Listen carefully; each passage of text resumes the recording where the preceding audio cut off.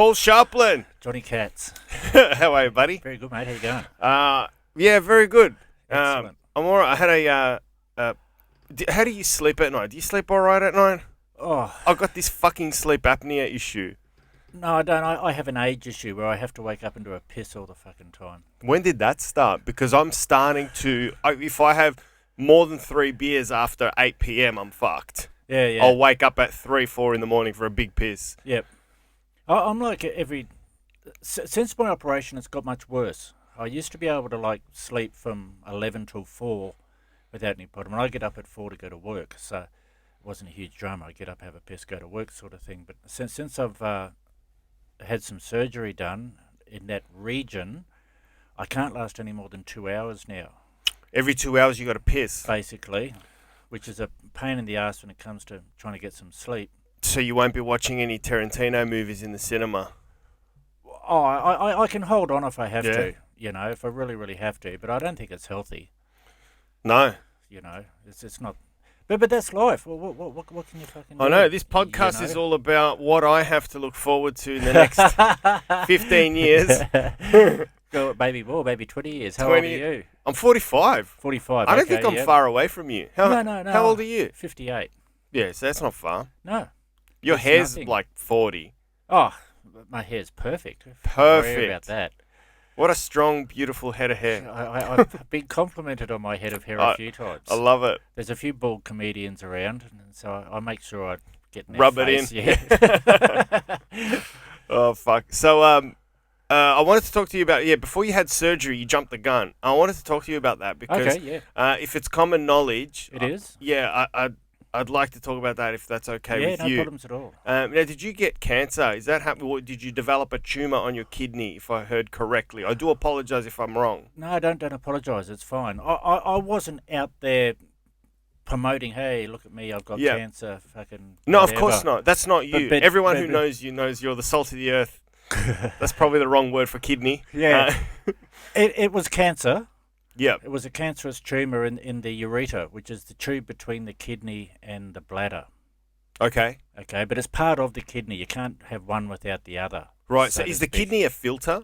The kidney is a filter, yeah. Okay. So it filters fluid and sends the waste down that ureter. tube Yep. where you developed the tumour. Yep. Right. How does that manifest itself? Like, do you have trouble sleeping? Well, and then do you have a pain? Well, it was a pain, and it came really suddenly. I had no idea that this was a situation, and I was at Gorilla one night, and I just felt a bit really sore on the side. And it sort of felt like a cramp, like I needed to do a shit. So I went to try to do a shit, and I couldn't do a shit. Then it felt like my pants were too tight. And so that's I a loosened them challenge off a at bit. Gorilla as well. Yeah, to do a shit. Yeah, you need a fucking code. amazing. It's like Get Smart. How Absolutely. Don Adams would go to work. Yeah, exactly. Got to go through his door down an elevator. Yeah. Fuck. Sorry. So that's okay. and so the pain just kept getting worse and worse and worse, and it travelled all up my side, around the front, and I couldn't sit down, I couldn't stand up. I did the show. The show must go on, You're a true comic, Paul. And I was emceeing the show. It's my show, so I had a responsibility to it. So I got it up, got it done, and then I went home. I got caught in traffic on the Monash on the way home, and I was in such pain, Johnny. You couldn't believe it. It was horrendous. Just like that. Yeah, it So- just came up and bang. Bang. That That's night, it. a Wednesday night, same as tonight. Hope it doesn't happen tonight. No. It won't happen tonight. But so I get home, and I just laid on the bed, and I was just writhing. That's the sort of pain it was. It was writhing pain. I couldn't. So I rang the ambulance, and they 10 minutes later, they still weren't there. And my stepdaughter said, "No, I'm taking you to the emergency." So they whipped me off to the emergency, and I had initially thought maybe I'm having appendicitis or it's kidney stones. And the doctor said, yeah, no, they're fair assumptions, so we'll do a scan and have a look. And they pumped me full of morphine because the pain was just too bad, and that settled me down fairly quickly. Wasn't too bad, to be honest, but anyway. And but it wasn't going away, so he said, we better send you for another scan. So they sent me for another scan, and that's when they found the blockage in the ureter. It was like 6 times its normal size. Wow. So they sent me over to the urology unit at Casey that night. And the next day they went in, they go in through your old fella with a camera and everything to check it out to see what was going on. And they took the tumour out and put a stent in. A what? A stent, which is a drain from the kidney to the bladder. Okay, so you Because could the pass kid- fluid. Yeah, because the kidney wasn't working properly because of the blockage underneath it. It couldn't use its other kidney? Yeah, but it's still wanting to use this one as well because it's Okay. there. Yep. You know, I see. and so they put the stent in to drain it, and they took the tumour out, and they biopsied it, and they said, yeah, it's a grade 1 tumour, cancer, non-aggressive, so it shouldn't have spread. And they were quite happy with that. They said, we'll just leave that. What does grade 1 mean, Paul? Well, they grade them from 1 to 5 sort of thing. I've heard of 4. That's Yeah. really bad, right? It's really severe. Yeah. Okay. You're not usually coming back from 4-graded cancers, depending on where they are, of course, and Yeah. how they can treat them. But the earlier you get it, as in anything with health, the better your chances are to survive it. So, Can I just take you back? How do they, well, that's the news everyone fears, like, I think, with their mortality. yeah. How do they tell you? Like, how did that penny dropping moment come It was about? Did the bizarre. doctor sit you down and say, I want to talk to you about your results? You have cancer. However, it's grade 1. Or did he just go, we're going to play Hang the Butcher? Pick a letter. C. Yay. Yay. Oh, fuck. Oh, I got cancer. I could have picked T as well. Yay, tumour. Win. But I was in the hospital bed, and the doctor came over, the senior doctor, and he says, how old are you? I said, 58. And he says, do you smoke? I said, yeah. He said, how long? I said, forever. And he says, I'll guarantee you 99% it's a tumour, and you're going to lose your kidney. Just like that. Bang, straight Okay. out. I went, oh, okay. No fucking tact, this guy. Nah, none whatsoever. What a fucking tool. I've written a little bit about that as well, because being who we are, we need to enunciate these things, you know, make them funny, maybe to help us cope with them, as Yeah. well as to let everyone else know that we're coping with them, Absolutely. you know. And he was right. So they took the tumour out. They waited 3 months to see whether the tumour would come back, because there was a school of thought in Europe that when it was on a what they call a stem, which isn't the actual organ, but it's a stem of the organ. So if it was your heart, then it'd be in your tubes are coming out of your heart and that sort of thing, you know. There's a chance it might not come back, and you'll be right. So I went back in 3 months later and had another camera put up there, and the blockage was back. And so within 6 weeks, I was back in hospital to get the kidney removed. Right, so it And- came back 3 months later. Yeah, it came back pretty fast. So they said, all right, we're not mucking around now. We're just going to get rid of it. Safest thing to do. Easiest thing to do. Didn't they get rid of it the first time round? They did, but it grew back Okay. straight away. Even almost. though it was classed as non-aggressive. Yeah. So So not still- aggressive, they mean is it's not spreading to other areas. Oh, right. It's aggressive in its own little shell where it is. Gotcha. It's doing what it's doing, but it's not aggressive that it's, all right, I'm out here and I'll get your pancreas and I'll get your liver and I'll get your bladder while I'm here. It wasn't doing that. If left, it would have done that.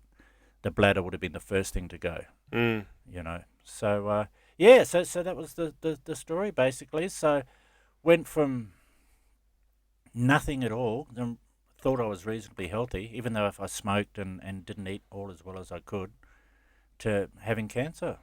Did it change your life afterwards? Like, was like some epiphany or some shit? Like, you know how some people, like, I know you gave up the fags. Yeah. Oh, you can't say that word. Sorry. The cigarettes. Yeah, I love the fags. So you cut the smokes, right? Yeah, yeah. Because I see you vape now. Yeah, I vape now. Even though vaping might be even worse in the future, who the fuck knows? Who would know? At the moment, the But school something- of thought is that it's still not good, but it's better. There's just than so much smoking. smoke that comes out when you vape. You look Yeah, like a yeah. fucking dragon. Yeah. It's proper, like, yeah. can't be good. It's really satisfying. Has it got nicotine in Yeah, there? Yeah, well, yeah, okay. really satisfying. But it does the job. I always thought if they could make nicotine in a pill, I'd be happy, because I don't really want to smoke, and all the problems you have with smoking. You stink. Your clothes stink. Your car stinks. Your teeth stink. Your hands get stained.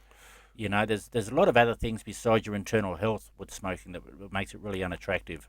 Yeah, I struggled hiding it from mum. She was Well, my mum smoked, and Okay, so did my you'll- dad. So blend in. yeah, I was pretty cool. So you were smoking from 16? No, fucking hell, from like 8. Get fucked. Yeah, I grew up on the Gold Coast in Surfers Paradise. And what we used to do is you could buy a packet of Viscount. I don't even know if I mentioned cigarette brands. I suppose I can. Yeah, what the fuck, man? You could buy a packet of Viscount specials for 23 cents. Fuck, the good old days. Yeah, and what we used to do is we used to go in the pinball parlours and we'd sell them for 5 cents each. That's good. So you Good don't need to coin. exactly. And so we'd have free pennies all day, And how free much? packet of cigarettes each. Oh, now you're taking me down memory lane. How much were pennies in your day? In my day, pennies was 40 cents to play. 5 cents. Wow. And minimum fish and chips was 20 cents. Oh, 15 cents, and it was more than two boys could eat. yeah, that's It was more brilliant. than two boys could eat. We used to also go around all the high-rise buildings because surface has been fully developed when I was there in the Yeah. 70s. And we used to go around there and pick out all the returnable bottles and take them to the shop. That was another one of our Fucking little brilliant. scams. Brunswick, Great. Brunswick was a dive back when I was a kid. Yeah. And you knew it was such a fucking shit area when the fish and chip shop owner kept the vinegar on a chain. Oh, yeah, right. Just one of these great areas, you know? Yeah. It was dodgy as fuck. Yeah, because somebody will take the vinegar. Well, everyone did. Would take That's the what- vinegar. Yeah, Fucking this hell. Greek guy, he cracked the shits. He's like, that's it. You want the vinegar? I'm putting it on a chain. He duct taped it. Yeah. You know, it took me 30 years of my life to work out where salt and vinegar chips come from. I never worked it back. I don't. Well, of course, whenever you got chips, you had salt and vinegar on them. Well, yeah. So when Smith's Crisps came out with chips, Yeah. salt and vinegar is obviously It's a classic. is a staple. Staple, sorry. That's the better word Yeah. for it. Because for me, it was Samboy.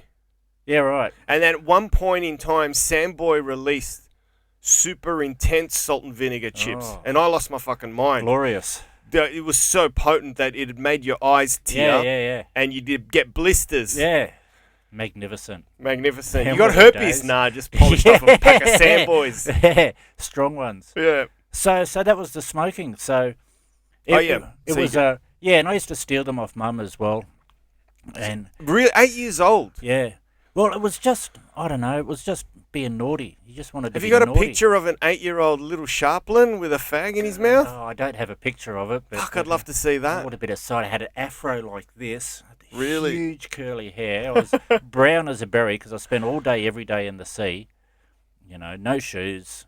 Flat out wearing underpants when you're 8 years old. Was it you really know. paradise growing Yeah, up it there? was. It would have was. been. Back then, it was. What year we talking? We're talking between 65 and 76. Fuck. You know, and you could hear the beach radio from Tiki Village, which is 2 full streets, 2 full blocks away from the beach. You could hear the beach radio. The sand from the beach used to build up in the gutters like this around Cavill Avenue and that. You Yeah, know. wow. It was just a really peaceful, quiet. It was still what it was. It was still Surfers Paradise. It was still an attraction for tourists and It everything. was. So but people from Victoria would go there yeah, during. oh, absolutely. What was Cavill Avenue back in the It 60s? was a street, just a street. Right. And it had these 3 big motels up near the beach side, the Beachcomber, the Yeah. Star of the Sea, and the 5-Star, I think they were called. And each one had Olympic-sized swimming pools in there. We used to do our swimming training there for nippers. We'd go over there and do the swimming training there.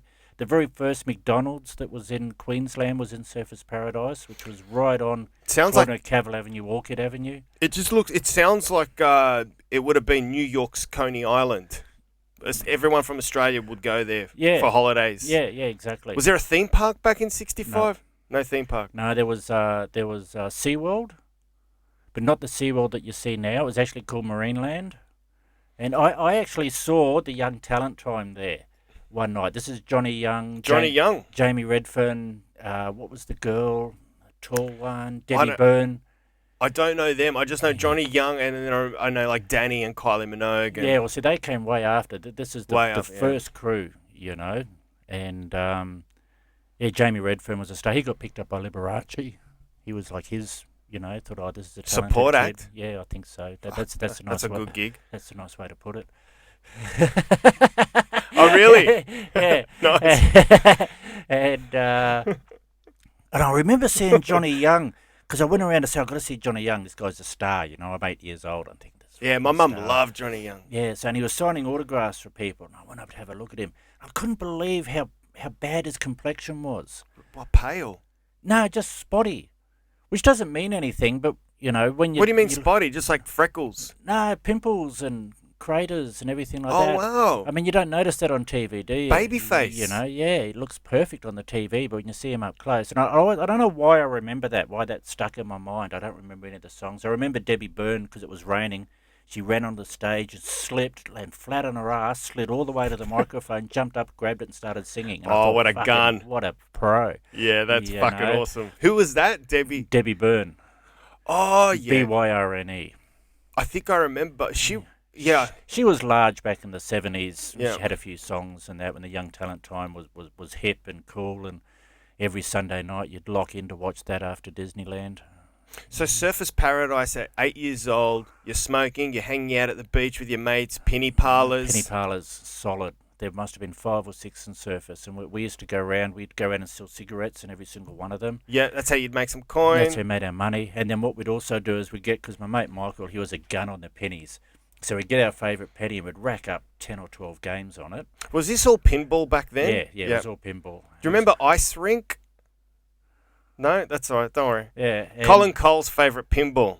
Right, no, I don't. And he's similar to your age. He's a great comedian from the UK now. Oh, okay. Yeah. Cool. And so my mate Michael, he'd rack up like 10 or 12 games on a pinball machine, one of our favourites. Then we'd put another kid on there.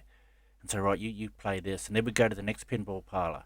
And we'd do the same there. We'd get a machine, we'd rack up 10 or 12 games, sell cigarettes, move to the next pinball parlour. Then come back to the first one, and he'd be down to 1 or 2 games. Right, move aside, we're here again. Yeah, rack up the games. And that was our day. We'd go around doing that, selling cigarettes. I got beaten up by I was 10 at the time, by an 8-year-old called Jimmy Green, toughest 8-year-old I've ever seen. Well, he owed me tougher than an 8-year-old smoking. Well, Paulie Sharplin. He owed me cigarette money. We'd sold him some cigarettes, and he'd got them on hock, right? You're talking like you're in H division. You're fucking 8. 15 cents worth of cigarettes, We're down at the bowling alley, the Chevron Bowl. He's come there, so I pulled him up. I said, where's me 15 cents? He's gone, I don't have it.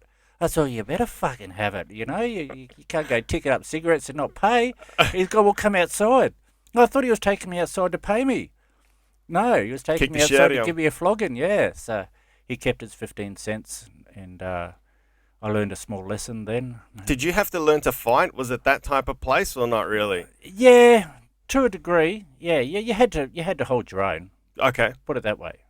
Especially you hang around pinball parlours, and there were pool halls basically, but we didn't notice the pool hall side of it. We only noticed the pinball side of it. Yeah. So if I was 15 or 16, it would have had a totally different view than when I was 8 to 12.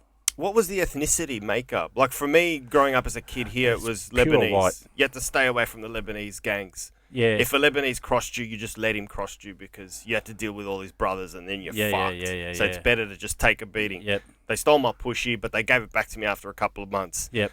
Yeah, it was just white kids, basically. There wasn't any ethnicity there. There was a lot of Maori kids, but I'm born in New Zealand.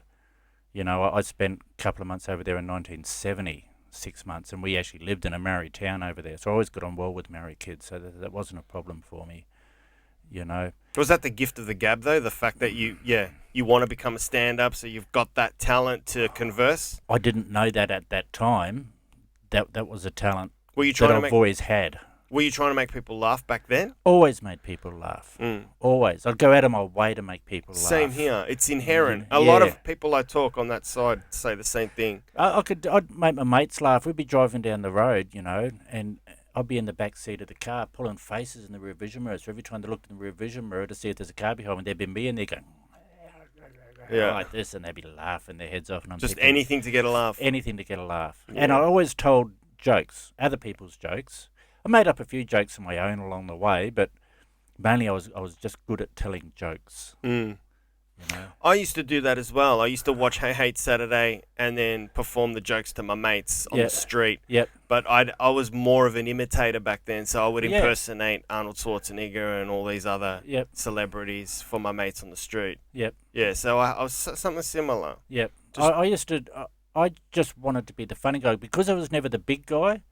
And I was never the tough guy. I was never the fast guy, I thought maybe I could be the funny guy. Yeah. And that would work for me as far as, it's obviously all about girls.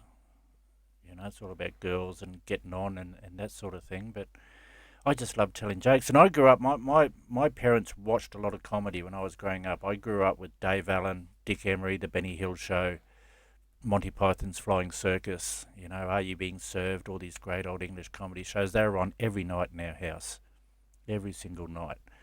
And my dad had records. He had The Goon Show on vinyl and Peter Cook and Dudley Moore on vinyl. Wow, I've heard of that. I used to come home from school and play them. And fuck to me mates and laugh our guts out. Really? Fucking brilliant jokes. So nothing was lost in the the joke writing from the UK to you could understand it? Yeah, I was.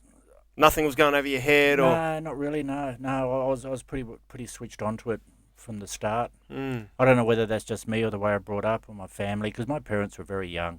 They were like 18 years old when they had me, so there wasn't that much of a gap between us, you know. So a lot of the stuff they're liking, I'm starting to like anyway because it's in the right time frame, Yeah, right. you know. Yeah, that's good. Yeah. So this is like, so where did you go from there? From 8-year-old smoking Gold Coast, when did you leave Surfers? And why? Why leave? What made you leave Paradise? Because you know My parents, they moved. They wanted to buy a house, and so they bought a house in Beenleigh, which is 30 kilometres north of the Gold Coast, in between the Gold Coast and Brisbane. And Was the Gold Coast too expensive back then? Yeah, it was It starting was. to. It was Okay. starting to. And So from what back they in could get, 65, 70, Yeah, your well, they parents bought were that- like, shit, we're priced out. 1976. Oh, God, they that's when moved I up was there. born. Yeah.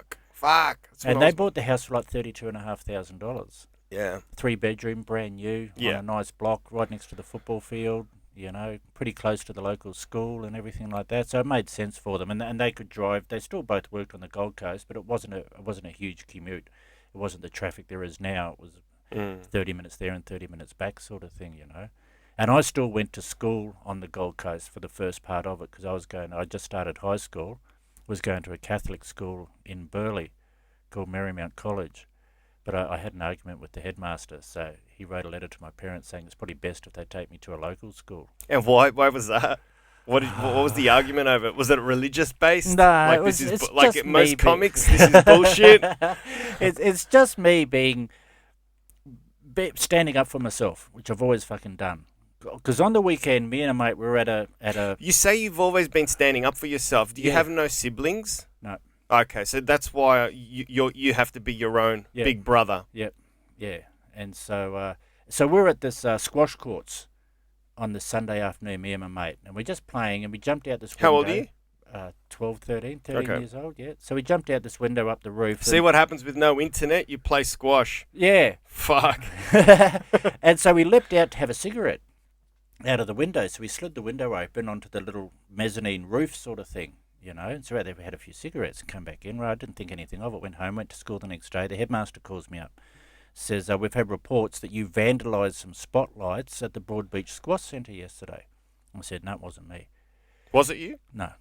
And the people across the road, he said, the people across the road. And he's at me for like a good half an hour to an hour. He says, who are you with? I said, I was with Adam. He says, and I said, he goes to Miami High. And he said, yeah, we know who you're with. We've already checked Miami's with just Miami near High. Broadbeach. Yeah. Yeah, okay. And that was the rough school. Really? Yeah, that was a real rough school. I went to a Catholic college, which was Okay. a bit softer.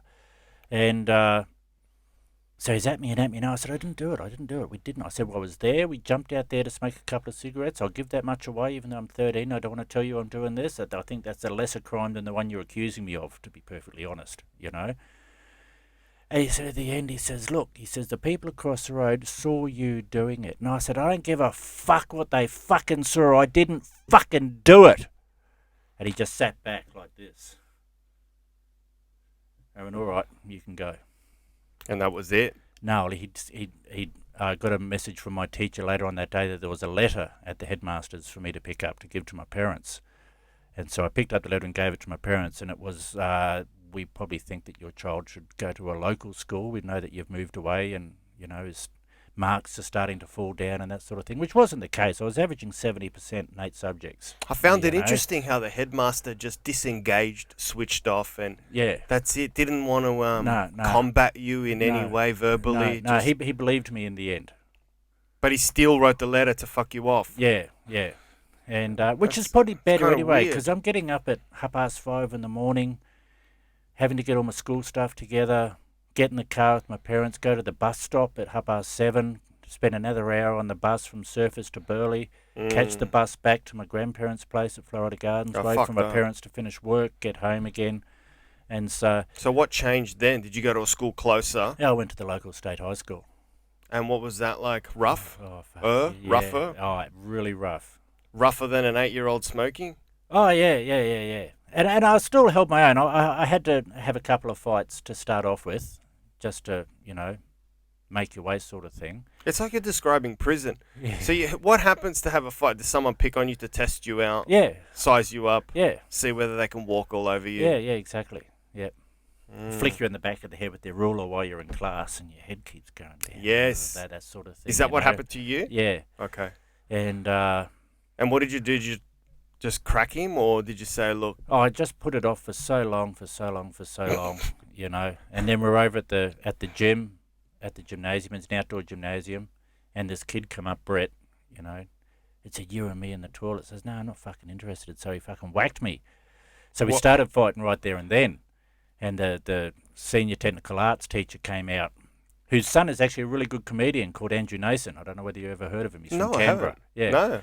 And that's way down the track sort of thing. Sent us up the office, got 3 cuts around the arse, you know, and I thought that was it. But on the way back from the office, Shira still wanted to go. I'm going, oh, fuck, I don't really want this at all. You know, I don't want this. But my mates that I'd met said, don't worry about it, we'll back you up. Because he had a tough group of friends. You know, you see it in school. First 2 things you notice when you go to a new school: who the best fighter is, who the fastest runner is. They're 2 boy skills which, you know, you don't get away from. And his mates were the tough guys. So they said, all right, we'll back you up. So he went into the toilets and I managed to get the better of him. And so that sort of put me in good stead for the rest of my time at the school then. I even though I wasn't a tough guy, I wasn't a stand back guy either. You know, push comes to shove. Was this high school now? Yeah, this is high school. Year 9, year 10? Yeah, end of grade 8. Grade 8. Yeah. When I'm just curious in terms of generations. When did the kids in your year level start having sex amongst each other? Was it like, for me? I think year 11. Year 11, I think, is Okay, about. so Actually, I think there was a bit of sex happening before then. Only if you're super fucking lucky. Yeah, there were stories. But I can remember being in grade 11. Okay. I was sitting there in class. Were you never super fucking lucky? Oh, I was a little bit lucky, but not. What's that mean? Is a hand job under the desk or something?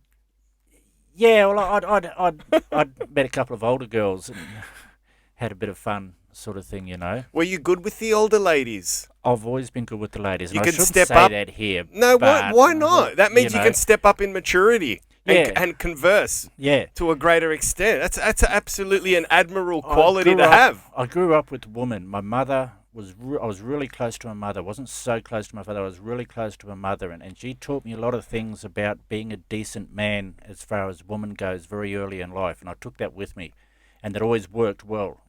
Always treated girls, ladies now, but girls then with respect, and I always treated them as equals. Well, yeah, you don't have to fucking say that because you're not a bad person. Yeah, I'm just saying that's your where upbringing. I was at 15 years old, 14, 15 years old, as opposed to other boys that weren't at that spot. Yeah. Because they hadn't had that thought process going on. But anyway, I'm in grade 11. And I'm sitting there in the chair, and I feel this tap on my shoulder, and I turned around, and there's Bill and David sitting beside me. And Bill goes, hey, Paul. I said, yeah, what? He said, do you pull yourself? I go, oh, fuck. This is the moment. Do I say yes, or do I say no? Because we know now everybody's pulling themselves. Fucking everybody. But you weren't actually letting anyone know then that you were pulling yourself. That was still a fucking thing, you know. That was still a bad thing. Because you didn't know any better. And I went, oh, yeah. And Dave says, yeah, I do too. And Bill said, yeah, I do too. And that was it. The fucking door was open. It was Soggy, Biscuit and porno movies at their parents' house fucking every Saturday night. Soggy Biscuit? Don't ask me that. Did you play Soggy Biscuit? I never lost at Soggy Biscuit, put it that way. Soggy Biscuit seems like just a gay thing to do. It's just a horrible thing, but just boys. Can you explain 16, 17 years old. Can you explain what Soggy Biscuit is? God, I have to. Yes. Soggy Biscuit is where you've got 4 or 5 teenage boys all deciding to have a fucking pool session together. All together? Yeah, you used to. I've got other stories about that too. We'll get there, and you'd put a biscuit on the table, and whoever came on the biscuit last had to eat it. Qualification: I never came last. I never saw anyone have to eat it. So no one ate it. It was I just. never saw it. It was just an excuse to have a wank, I think, Doesn't it seem a very homosexual act though, to jerk off in front of your male mates? Like, isn't it? Well, I mean, not that there's anything wrong with that. No, to no. quote Seinfeld, it's perfectly fine. But it just seemed like I wouldn't cross that line. Like, I mean, boys at your experiment. age. Well, I experimented, but I Yeah. was, doctors and nurses with. Yeah, done that too. But I don't know, it was just a thing. I mean, Rob's father had pornos on 8mm. What biscuit? Scotch finger? Yeah, of course. Was it really? Yeah, it was actually. Because it soaks it up nicely. It just a little flow off the sides. But he had a Super 8, like it was an 8mm, reel to reel, and had a porno tape. Oh, wow. And it was this pool hall with these African American guys and white ladies and that, getting into it. And so it's like, oh, my parents. Was that the first time you saw a black dick? Yeah. And were you taken aback? Oh, the rumours had always been that they're bigger. Yeah. Until I first saw it on film, I was like, holy fuck. Yeah, and then I thought, oh, yeah, fucking, for sure. And that's why they got the job, because they had big dicks. It's porn. Yeah, the biggest stars get the biggest roles. Exactly. And so he'd say, oh, Saturday afternoon, my place, parents are going away. And there'd be 6 or 7 boys there Saturday afternoon, all laying around Robert's lounge room with their dicks out, fucking wanking, watching this fucking porn, And you didn't think anything of it. It was just a wank session. That's so bizarre. That is really bizarre. Because we would all watch VHS porn. Yeah. When my parents were out working, my mates would come over from primary school, high school, and would put on a VHS tape. We'd watch it, but it would have this amazing ability to render the whole room silent. Oh yeah, everyone would just silence. be silent and watching, and then at the end of it, it'd be just take the tape out, and then everyone would go home. And use really their quickly. memory. And make sure you eat fish and just because you want to recall as much as you can. Yeah. And we'd find porn magazines in a laneway. Oh, I used to find them in my father's cupboard. He had Screw and Ribald magazines there, and I used to share them with my mates. They had a joint in the drawer. I used to show it to my friends. Look, my parents have got a joint. Put it back again. Did you ever take one? No. They'd kill you. Oh, fuck yeah. I came home one afternoon, it was gone. And then I remembered last Friday night, they were with Jan and Roger across the road, and they'd had a big night, laughing and partying and everything. I didn't get home myself till like 11 o'clock that night, and they're still over there partying it up. I didn't think anything of it till I went to look for the joint on Monday, just to see if it was still there, and it was gone. I thought, oh, yeah, okay. See, my parents smoked when they were younger, like I said, because remember, they're very young. Yeah, you told me they were 18 when they had you. There was a bizarre story, Johnny, bizarre story. It was both their first time to have sex. They were both virgins. They had sex, got pregnant. And you? Yeah, first time. And never did it again. Obviously, they had sex again, but never got pregnant again. So that was it. Locked it down on one. You're a miracle baby. Perfect miracle conception.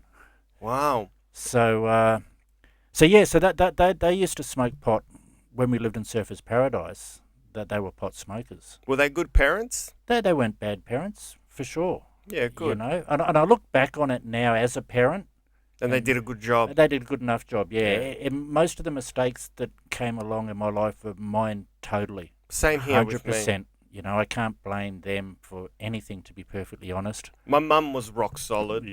Was your mum rock solid too? You mentioned before, yeah. My mum was my everything, my core. Yeah, me too. Still is. That's why I'm so keen to get back to Queensland in 4 weeks' time, because I haven't seen them for 2 years. Are they both alive? Yeah. Oh, that's fantastic. Yeah. Are they living in the same house? No. They've moved heaps of times. Okay. But I do jokes about them being alive. You've heard my stuff about them being alive, and that's tongue in cheek. But it's a little bit of reality as well. I mean, you don't want your parents to go, but you do know when they go that there's something for you as well. Inheritance-wise, especially when you're an only child, you can't help but look at what's going to be left for you, and they can't help but telling me, hey, this will all be yours one day. You'll get the fucking whole lot. You're our only child. And I keep saying, fuck, you're 18 years older than me. We'll be in the same old people's home together, for fuck's sake. Yeah. So if you're going to go now. Yeah. Fucking make it worthwhile. Yep. But my kids will benefit from it. So whatever. So, yeah. Your mum would have been horrified. Well, I'm just thinking from a Greek perspective because Greek mothers go berserk when you fell ill and you were diagnosed. Yeah, she didn't show me, but I know that's the case. Yeah, she was like internally Yeah, fucked. yeah. And Is your dad still got his faculties? oh yeah, sharp as a tack. That's great. Absolutely sharp as You're a tack. blessed, man. And he's always been a very staunch, very, very strong individual as well. You know, very, very upfront, very speak his mind, say what he has to say. With research, he doesn't talk out of turn. He won't talk about anything he doesn't know enough about to talk about.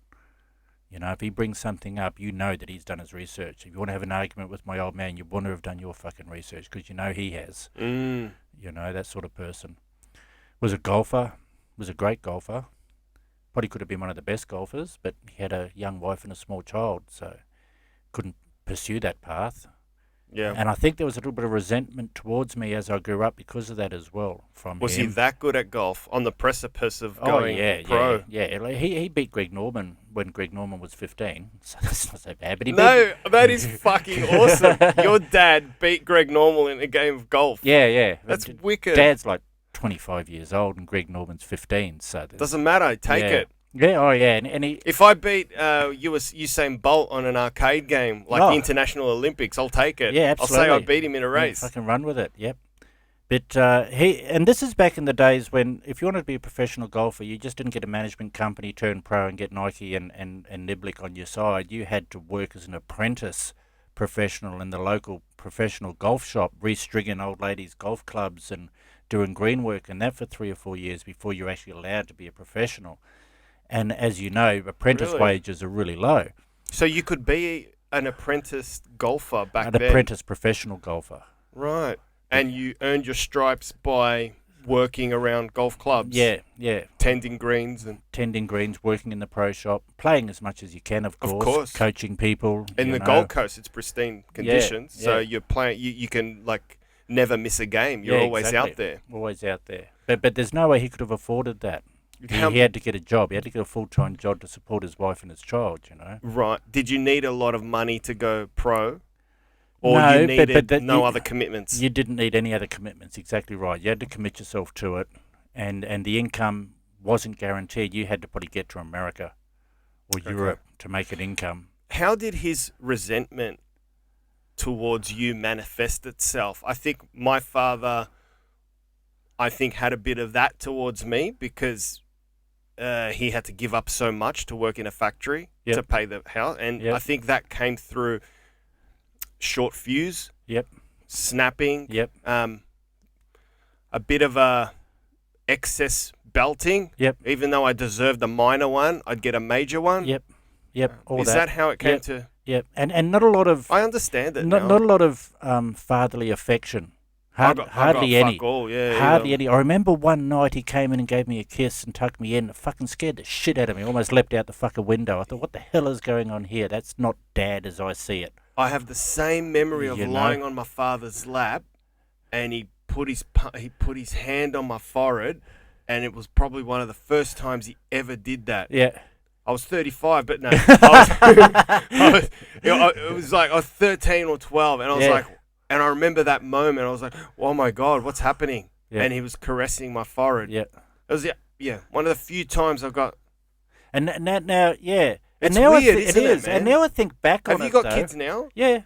Yeah. Did you show them love from a young age? Fucking absolutely. Yeah. You got to Really smother the little solidly. motherfuckers. Yeah.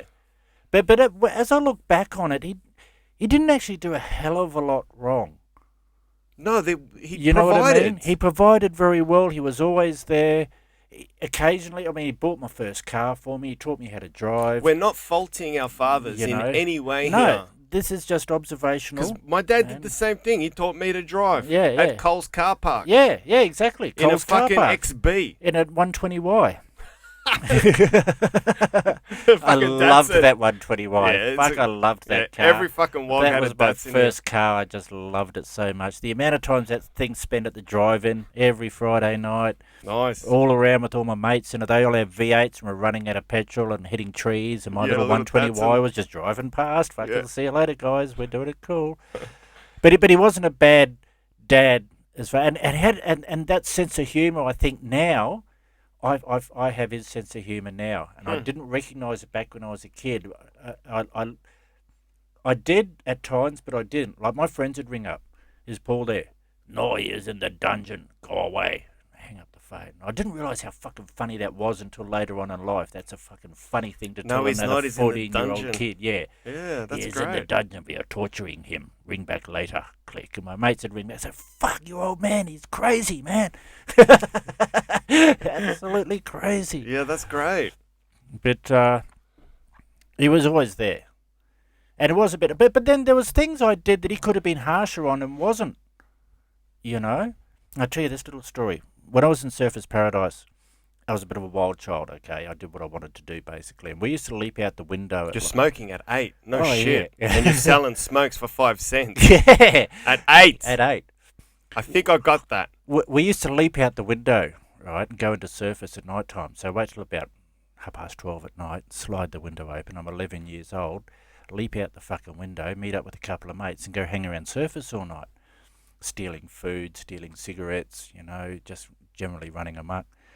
And so we're on our way home this one night back to Chevron Island, because I lived on Chevron Island. I don't know whether you know Chevron Island. It's No. just off Surfers Paradise. It's just one bridge away from Surfers Paradise. Wow. We're at the back of it.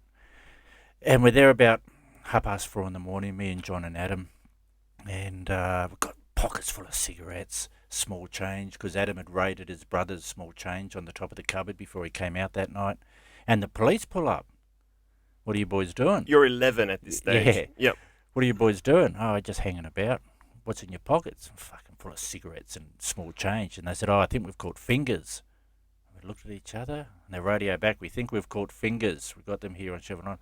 Apparently there'd been somebody going around stealing milk money. Because you know milk money? Back in the old days, he used to put the milk bottles out and they'd Yeah. put money there as well. So Yeah. the milker would come round and fucking swap the bottles over and take the money and leave the change. Or weird little bastards to go in there before the milker got there and steal the fucking milk money. Of course. There's a gap in the market. Exactly. But we weren't doing it that night. We had done it before and we'll have done it afterwards as well. But that particular night, we weren't fucking doing it. Right. And I said, "All right, get in the car, we'll take you home. Where do you live?" I said, "Around the corner." He says, "All right, we'll take you home first. What about you two boys?" "Oh, I'm staying at his place tonight," my mate Adam said. "I don't know where John lives." So we go around to my place, go in the garage. He puts me to the side, "You stay there." And he knocks on the door, "Police." I hear the scurrying inside, and Mum opens the door, "Yep." And he grabs me and says, "Is this yours?" She's going, "Oh, you fucking little, you know." "And what about this one? Is this one here too?" She said, No, but I know that one. I know his mum. I'll tell you their address and their phone number right fucking now. You take him back." And the other one, I've never seen him before. Don't worry, he's not mine. So he says, "All right." He says, "All right, it's yours." Threw me inside. And he says, "You go see your father." Fuck. So my father's in the bedroom with his head down. I'm going, "Oh, fuck, I'm going to get hammered. There's going to be bruises after this one, you know." He just give me one cuff around the ear and says, "Go to your fucking room. I'll talk to you in the morning." And you got You know? off. And he was fucking, I thought he was ropeable. Just But he was too, all right. too angry to talk to me, basically, you know. Maybe he has smoked a joint just beforehand. This is the story. So the next morning I wake up, he says, "All right, you've got to spend the day with your mother. You're not going anywhere today." And he knew how much of a free spirit I was. That fucking kills me. And so he said, "You've got to spend the day with your mother." It just so happened that my mother was going on her work barbecue over on North Stradbroke Island, on South Stradbroke Island, on the Shangri-La cruise. Fuck. So I went Shangri-La cruising, jet boating, jet skiing, fucking everything. But that was Did the your dad best know fucking this? day ever, you know. Was your dad aware of that? Yeah, but he just wanted me to spend the day with my mum. Oh. And then I noticed the next night my window was bolted, so I wasn't getting back out again after that. Yep. And I found out many, many years later that Dad was actually in the room laughing his fucking head off. He couldn't fucking put his head up because he didn't want to see him fucking laughing. Yes. They thought they were busted. They're still smoking dope, of course. Right. There's a knock on the door at 4:30 in the So morning. Open up, it's the police. They think, "Oh, fuck, we're raided." They don't know I'm not there. My door's closed. They're not Yeah. checking before they Of come course. out. So they you thought know. it was the dope. They thought they were getting busted. And then when Oh. he says, "Is this yours?" "Fuck you, Paul. What are you doing? Get inside. Go see your father." And Dad's fucking... And, you know, comedy, that's where laughter comes from, doesn't it? From the relief of danger, the cessation of danger. Yeah, That's where it's laughter tragedy comes from. plus time. Yeah. And so I got away with that day Fuck. fucking brilliantly. We spent a whole week in a cubby house. Adam told his mum that he was staying at my house. I told my mum I was staying at Adam's house. We stayed in this cubby house for a week at the Sundale Shopping Centre. Is this Stand By Me, Stephen King? No. It sounds like you're living a life like Stand By Me, that movie. Oh, right. No, I haven't seen that movie. Oh, it's a classic. You got to watch it. Yeah? It sounds like your fucking upbringing. Yeah, right. Like 4 kids in a small country town trek across 3 or 4 country towns to go and see a dead body because they heard there's a dead body by the river. And it with a stick. And all this mischief. Yeah. But yeah, I don't know. Good old days. Huge mischief. And I didn't see it as mischief. It was just fun. Just having fun. You know, Surfers is a great place to grow up. And Beenleigh wasn't too bad either. That was a different style of growing up. That was a country style of growing up. That was rugby league and air rifles and that sort of thing, you know. Do you think it's weird now for kids? Do you think it's tougher for kids? Because Yeah, my brother's absolutely. got kids I and wouldn't they're... be a kid these days for quids. Yeah, it's like they're just bedridden on Wi-Fi, sucking a teat Well, of data. I don't have a huge problem with that. No kids played in the street during lockdown. If we went through a lockdown in the 80s, my street would be littered with chalk marks of tennis courts, Yep. cricket Yep. pitches, Yep. soccer. Is that because you didn't have Wi-Fi though? Yeah, that's what I mean. Yeah, but if you'd have had Wi-Fi, I'd be bedridden exactly. playing Fortnite. Exactly. And I sort of see, Have I missed out? Are they missing out? are they missing out? Did we miss Or out? are we missing out? Did we because- miss out because we didn't have access to that technology when we were younger? And had that technology been available, would we have used it the same way the kids today use it? Absolutely, Absolutely we would have, you know. And they're growing into their future, not our past. Mm. And their future is all technology. So it's better that they Screens. acclimatise quicker. They need to. My 3-year-old It's granddaughter, kind of a smart answer. my 3-year-old granddaughter pulls out the phone. Yeah, they know. This is her. Yeah. Ah, okay. Ah, and she's happy. 3 years old. I'm flat out working it out now at 58 years old. Yeah. You know, but that will be her future. Her education, her job, her whole life will be based on electronic media and communication. And so they'd better get used to it. They'd better be something that they grow up with as a norm. You mentioned before when you went to school, just fleetingly, that you got 3 lashes across the back. Across the backside, yeah. Yeah. Did they? I got belted as well at school. Yeah. That was just the way it was. Yeah. I think it was a deterrent. I think it worked. To a degree. Yeah, to a degree. But boys are going to be boys. Mm. You put up with that Do you think it? to be a boy. Yeah. Should they have it again? No. I don't have any lingering effects from being beaten as a child. I don't think I do. Maybe I fucking do. But no, I'm sorry. You're okay. But I can remember getting the cuts across the hands when I'm 7 years old. On the knuckles? No, across the open side. I got my very first one when I was in grade 1 for stealing and wagging. And he had to catch me. I ran round and round the desk, fucking holding my backside. No. And he finally caught me. That's why he belted you. Give me one, yeah. Was out the door. But I don't think it's the right thing to do, to beat kids. I never beat my children. I got heaps of hidings when I was a kid. Yeah. Never any split lips or any bullshit like that. Just hidings, just a belt across the backside, normal. cuffs around the ears, and Yeah. you know, kicks up the arse and that sort of thing. But I never did that to my kids. I sort of worked because I didn't like that when I was growing up. Yeah. You know, I didn't feel that was fair. And once I started doing some self-defense, I turned 15, 16. I'm actually starting to do self-defense. And the last time my dad tried to hit me, I just kept blocking it. Yeah.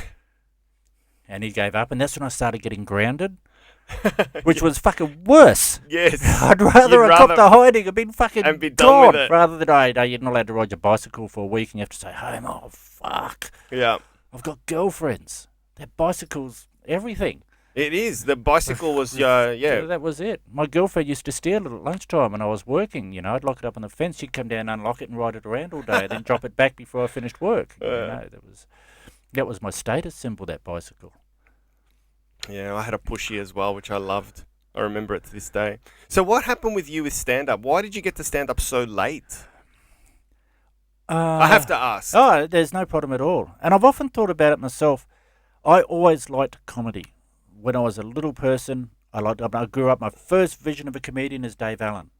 He was brilliant. And I still remember the joke even to this fucking day. Effortlessly brilliant. Effortlessly brilliant. And then we used to watch, the big yid, what's his name? Billy Connolly. Billy, yeah, I loved Billy. You know, and just the way he put it all together. And all them English shows that I told you that we used to watch, all them stand-up shows, Monty Python, loved Monty Python, just loved comedy in general, but never really saw a path to it.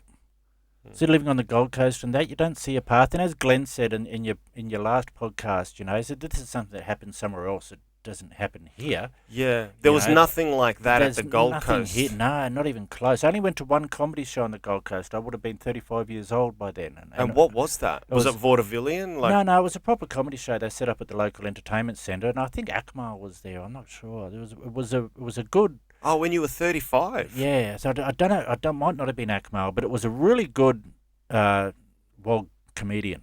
And I laughed my guts out. Was it Vince Sorrenti? No, it wasn't Vince Sorrenti. I remember Vince Sorrenti. And there was another guy, Gary something. And I used to watch Hey Hey, and there was always comedians on Hey Hey.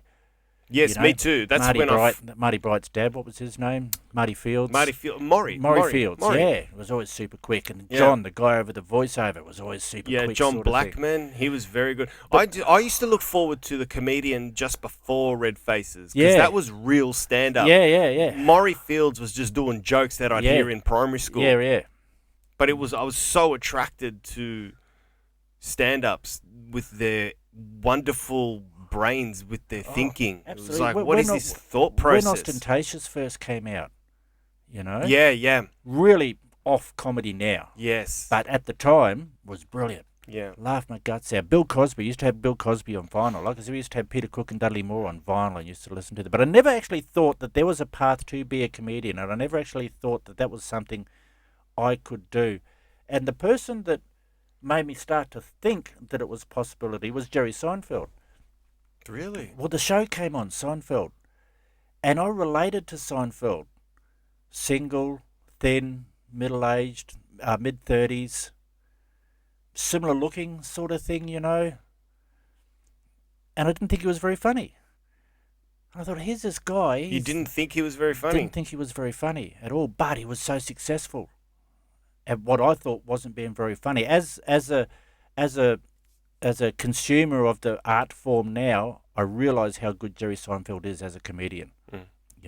He's peerless, the way he puts his jokes together, the way he delivers them, the way he builds them up, everything about him. I don't have to explain to you, yourself, he's a brilliant comedian.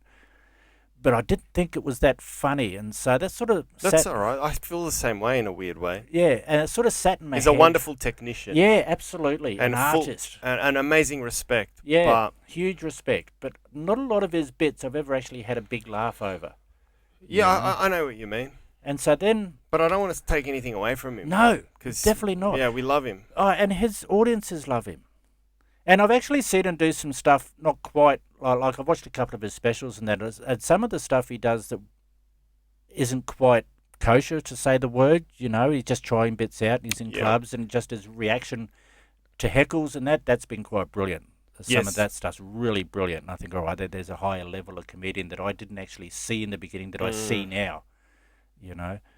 But then I came to Melbourne to work because I had a cleaning contract in the Gold Coast which fell through, and we needed money to pay the mortgage and everything. And there was a cleaning job came up down in Melbourne because my wife's family all live down here. And so that's what brought you to Melbourne? In 2014, the end of 2014. I went to Romania in 2014, came back, came to Melbourne in November of 2014. Is your wife from Romania? Yep. Okay, yeah, because I was going to say if she wasn't, yeah, if you're like, nah, she's from Adelaide, I'm like, okay, always wanted to go Romania. Yeah, it's a fucking bizarre place, but that's another story. It is. Were you in Bucharest? Yeah, I've been in Bucharest. We spent most of our time in Timișoara, which is on the other side of the country. I was mainly doing gigs in Bucharest, but my mum loved my photos because it's Orthodox, Greek Orthodox. She was loving the churches. Yeah, Romanian Orthodox. Romanian Orthodox, but very similar. Yeah, it's very similar. It's the Old Testament. Yeah, no, not so much that. They just decided to go away from the Catholics because the Catholics had all the money and they wanted some for themselves, which explains a lot about Greeks and Romanians. But let's get the money for ourselves. Pretty much. But, so then I came to Melbourne, and then I started listening to the Triple M radio show in the morning, and Mick Malloy was on there then. With Tony No, not with, No, not with Martin. No. but I'd seen a bit of Martin and Mick previous, just on TV and radio and that, and I watched Degeneration and the Doug Anthony All Stars and the Steve Vizard and Peter Moon stuff, which I always thought was fucking brilliant back in the day. Vizard was good, man. Fucking clever as. I still remember this one skit with the Peter Moon standing in a white coat with a hard hat on doing the 60 Minutes thing. He's going, I'm standing here in a white coat yelling at you. It's fucking genius. Yeah. Even if it's just a little thing. And so it became, this is a town of comedy. Melbourne is a town of comedy. Yeah. And I hadn't, and it suddenly was an epiphany for me. There's comedy here, and there's a festival. There's a comedy festival. I wonder if I can do it. I've always been pretty funny, and I've led a very interesting life because I'm 53 by this stage. And I thought, I've led a very, very interesting life. Maybe there's an opportunity to show some of that life and get something back for having lived it, if you know what I mean. I was telling Nicky Barry on my podcast, I really look forward to hearing mature acts, because it's nothing about age. It's all about someone who's lived. Yeah. And you can draw from so much. So many places. So many fucking places. Exactly. As opposed to a 20-year-old in skinny jeans running up and down the stage full of beans. Yeah. Right? That's great too, but They had to start there. You're going to go deep, and you're going to draw from a lot. And I Yeah. love that about comedy. Yeah. And it's never going to get old for us, man. No, it's not. You're going to be a lot better in 10 years, and even better 10 years after that. If I'm alive, I will be better, but then, Johnny, that 50 makes me 78. 78. You'll be like George. What was that? George Burns? Or was Yeah, it? yeah, The yeah. cigar, Yeah. I could do that. I've got a feeling you'll still be running Gorilla. Oh, You're not going to give up. It's a huge chance.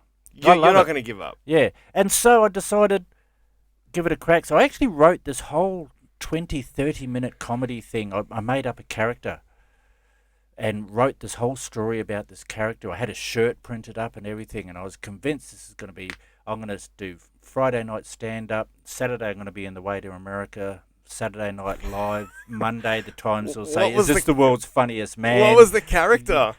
His name was Yvonne Carlos, DLA, Who was he? a drug lord abroad.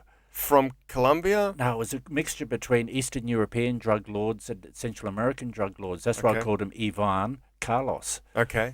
And DLA, which was drug lord abroad. So it was his holidaying around the world as a drug lord and the things he got up to. And that was a 30-minute... Yeah, I wrote the whole thing. You still have it? I've still got lots of it stuck in there, sort of thing, If you did it on stage tonight, would it work? No. There was No, no it wouldn't. pause. No.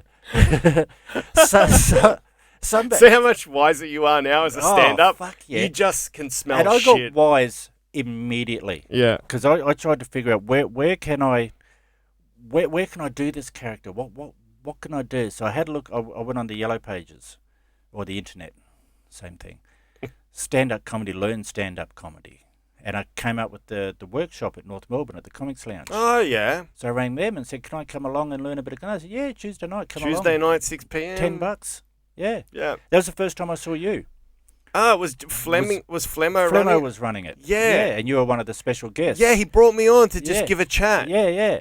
I remember what you're saying. I fucking never forget it. He said, comedy's a fucking cunt. Who said that? You. Yeah. He said, comedy is a cunt. She's your best fucking friend and your worst fucking enemy in the same fucking breath. You can come home at night and think, I hate that fucking bitch. I'll never talk to her again. But the next morning you're in love with her and you want to fucking treat her nice the next night, And I'm thinking, that's beside the point. So, Yeah, and then they that said, still rings true to me. yeah, fucking oath. It rings true now that I know more about comedy. Absolutely. You'll kill tonight, die tomorrow with Yeah. the same material and Exactly. wonder why, God. Yeah. Why did you Fucking do why? that to me, comedy? I've been good to you. Why would you do that to me? Yeah. So I went there a couple of times, and then they said, all right, who's got 2 minutes, because they give you 2 minutes, and you get critiqued by the... It's at the Comics peers, Lounge. yeah. 2015. Yeah, round about then, yeah. And so I jumped up. It might be the end of 2015. Yeah, it was the end of 2015. So I jumped up and did the first 2 minutes of my Yvonne Carlos set, and they all just stood there and fucking looked at me. What was going through your head? Why isn't anyone laughing? What's wrong with these cunts?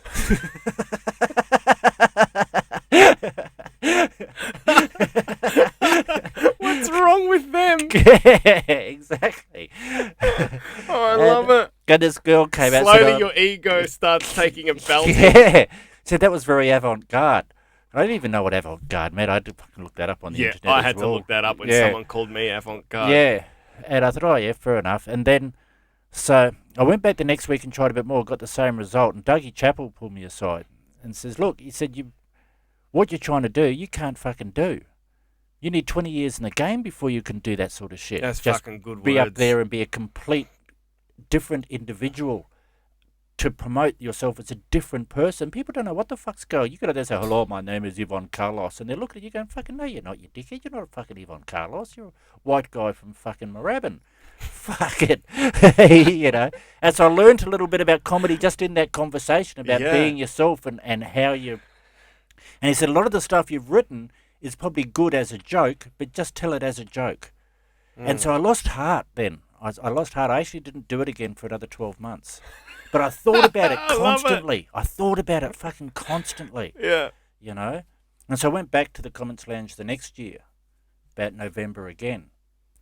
And so I'm sitting there and I've got a bit of a different idea of what comedy might be at this stage. You know, I've come in open now. So I still like some of these jokes I've written. A couple of the jokes I wrote at that time I'm still using today. Yeah, great. You know? It's good. That's very good. And, that's gold. That's gold. Yeah. That's what the definition of gold is. And Gab Rossi was up there. He was doing the introduction thing, you know, the mentor. And he said, who's in Raw? And all these people stuck their hand up. I thought, what the fuck is Raw? So I fucking got straight on the phone. Raw, comedy contest, new open micers. I thought, oh, fucking beauty. I'll give that a crack. So I entered right there and then, sitting there. I'm supposed to be listening to him, but I'm on my phone. Get an email back the next fucking morning, Wednesday, saying I've got a heat on Saturday. This is the 21st of January 2017. Okay, so I go down, there's a little place in Frankston called the 12 Bar, and they used to do an open mic on a Wednesday night for musicians. And so I went in there and said, hey, do you think I could do a little bit of comedy here at your open mic tonight? I said, I haven't done any. I said, but I got this show on Saturday, I need to do it. And they said, yeah. So I wrote 5 minutes. Did it for them, got a couple of laughs. I thought, this will be okay. So I went to the show on Saturday at the Howler, the heat of the Raw, 150 people. Nick Cody's the MC, you know. I thought, this is how I'll kill this. Oh. I'm going to win this straight up. I'm going to win Raw. Fucking beauty. And I got groans. I told some of the worst jokes. Now that I know this, you know, but I didn't know then. And I had this really great joke I thought about Facebook. I thought, you know, Facebook, I think they're ripping people off with the emojis, you know, because back then there was only a like. I said they should have a there button and a that's okay dear button sort of thing, you know. So for when my daughter fucking sends me a message saying she's sick of her boyfriend's knobbly cock, I can go there, honey. And they went, ooh. I went, all right, so maybe they don't want to hear about that. And I told another joke about the cat, about me growing up with the cat, because I'm an only child. And I've told jokes about the cat. You've heard jokes about the cat, you know. And I say, and I grew up with the cat. We were like brothers. I had a whole bit about that.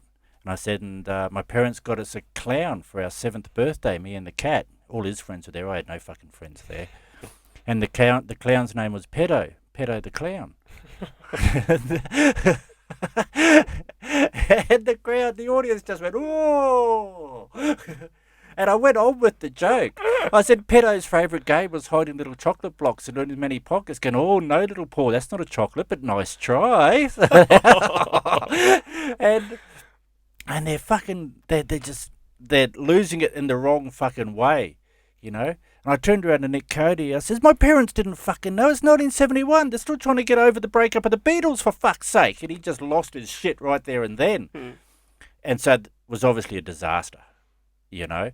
But the fact that I made him laugh off a riff sort of gave me, I thought, all right, I've learnt now, don't tell those sorts of jokes.